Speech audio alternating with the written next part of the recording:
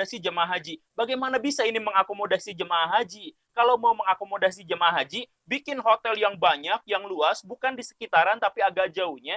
Kemudian hotelnya yang bisa dijangkau oleh semua orang. Itulah baru yang namanya egaliter. Tetapi karena, maaf ya, pemerintah Saudi menurut banyak pihak itu menggunakan situs-situs suci itu hanya digunakan untuk menumpuk kekayaan, maka hotel-hotel paling mewah dibangun di sana. Dan yang lebih mengerikannya lagi, hotel-hotel tempat pertemuan swalayan dan seterusnya itu dibangun dari reruntuhan situs-situs paling bersejarah yang memiliki identitas khas dalam hati orang Islam. Kan ngeri.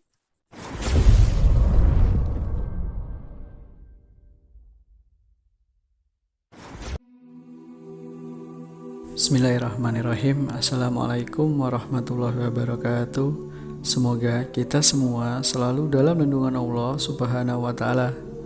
Beginilah, kalau manusia terlalu sering berbicara yang bukan di bidangnya, teman-teman, akhirnya kepleset dengan kata-katanya. Banyak sok tahu dan membuat narasi yang ngawur. Sebagaimana yang pernah dikatakan Guru Gombul sendiri, sebenarnya jika ada orang setelah membaca buku atau artikel lalu dia merasa mendapat pencerahan dari itu, maka sebenarnya itu bukanlah pencerahan, tapi dia sedang terkungkung dengan apa yang dia baca. Maka saya juga katakan bahwa beliau juga sudah terkungkung dengan apa yang beliau baca dan dengar soal Arab Saudi.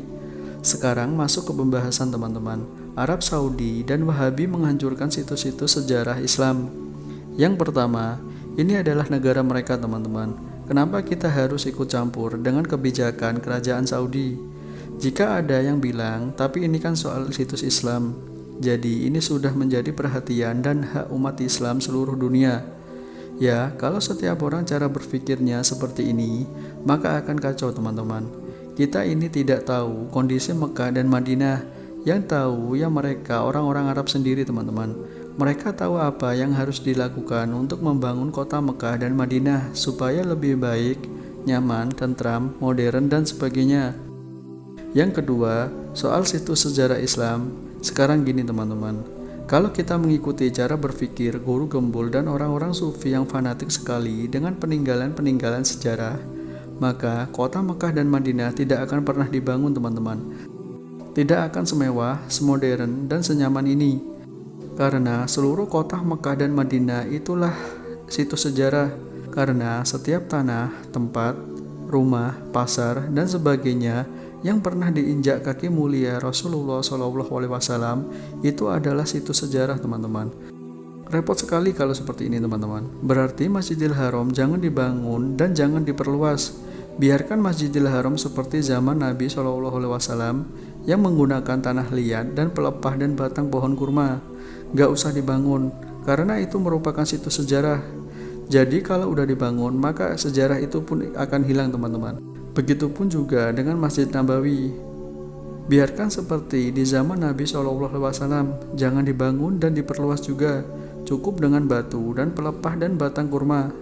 Dan biarkan juga Ka'bah seperti zaman Nabi SAW, tidak usah diganti kainnya, tidak usah dipercantik sekelilingnya. Biarkan semua seperti zaman Nabi SAW. Jika kita ingin mempertahankan sejarah, teman-teman, gak sampai di situ, teman-teman.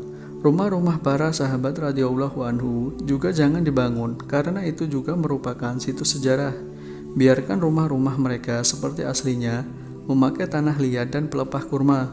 Orang-orang yang berpikir seperti Guru Gembul ini adalah orang-orang yang bodoh, teman-teman, yang justru membuat umat Islam akan terbelakang.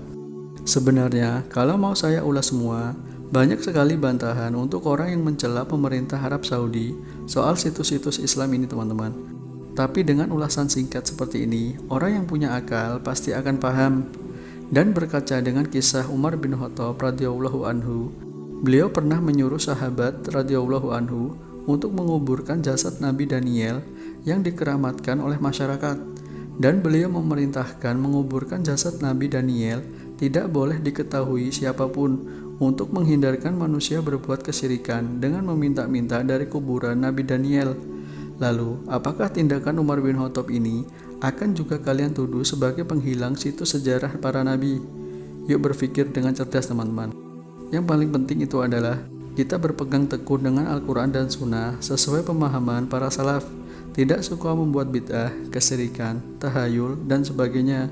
Wallahu a'lam bishawab. Wassalamualaikum warahmatullahi wabarakatuh.